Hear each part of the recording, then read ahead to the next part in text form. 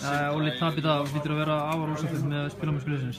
Já, ég náttúrulega bara var gríðarlega ósáttur við fyrri hálfleikinn hjá okkur og leiknismenn bara áttu hann gjörsamlega og við vorum bara í rauninni heppnir að þeir skildi ekki ná að skapa sér meira úr þeirri yfirburðastöðu sem þeir höfðu í hálfleiknum.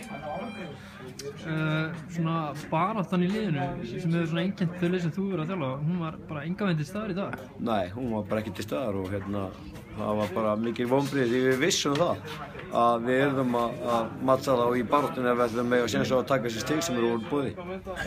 Arthur Ingi kemur inn á og svona nær aðeins að kveiki í ykkur og þið hendi ykkur í nokkurn tæklingar en... Sindri? Já, það ekki endilega það sem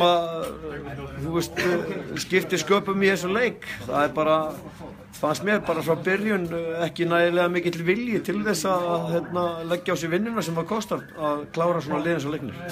Þið eru með 6 stig eftir 5 leiki, það er klálega ekki rýri uppskeran við byggastöði. Það er bara, við erum bara langt frá því að vera á því bara sem við vildum vera og menn verða bara að gera svo vel að fara að gera þessu buxurnar. Kannski þreytt umræðinni, missi papp, byrjar að horfa eitthvað í kringum ykkur? Já, alveg leið. Það var bara leið að það gerist, þá fórum við að leita eftir mönnum en glugginn opnar ekki fyrir 19. júlí og við verðum bara að vera tilbúinir með eitthvað til að styrkja okkur þá.